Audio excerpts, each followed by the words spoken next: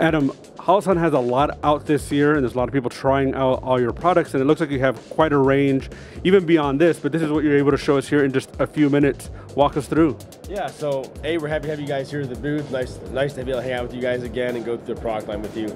So let's start with kind of what set the SHOT Show on fire this year, and that is our ability to make a thermal pistol optic. So how we did that is that this is your actual optic, and I'll show you the top here. You have the solar panels. This is a typical red dot sight, can be used just as a red dot. This is a thermal camera though, and this thermal camera sends a wireless image and information back to this optic to give you a thermal overlay.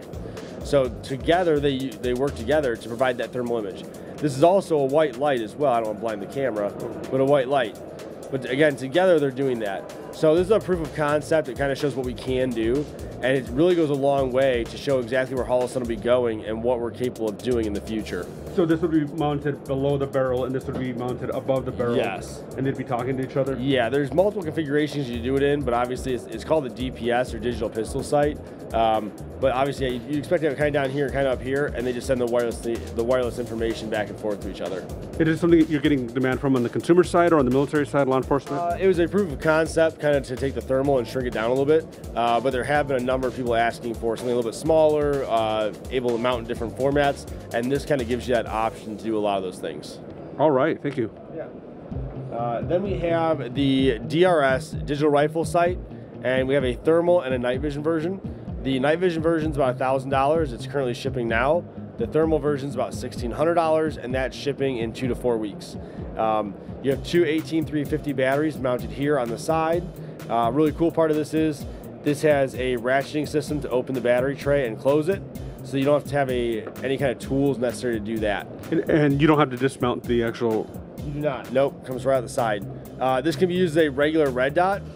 So these flip caps in the front specifically can come down, and you can use that just as a red dot itself. You can flip that up to add contrast if you're using the thermal or night vision options of this red dot. There are options in the back here. Some of those options include the ability to record video, take pictures, digital zoom, and increase and decrease the brightness of the screen. So a lot of things built in. These again are shipping pretty much now or in the next 2 or 4 weeks. About $1,000 for night vision, $1,600 for thermal, and these have been a very hot item since SHOT Show of 2023 when we announced them, and we're happy to bring them to the public now. And why would I choose thermal over night vision or vice versa? Yeah, so great question. So thermal, I use that more for if I'm going to scan out somewhere and see what's out there. I can scan out and say, okay, there's a hot image there, there's a hot image there, there's a hot image there. Now, what is it? How do I identify it? You know, is it Daniel or is it Adam? That's when you would take your night vision. You'd say, okay, that's where he's at. I'm looking, okay, that's Daniel. And that's how you identify that person. There are some options in the thermal that give you some more variations of that. But usually night vision is what you'd actually identify someone with, and thermal is an easy way just to see where something is at. Thank you. And I think I may have missed the street price on these.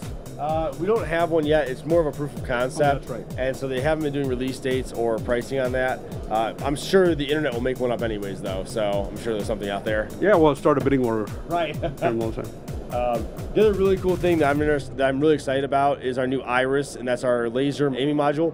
And this is an IR laser, IR illuminator, and also a visible laser module.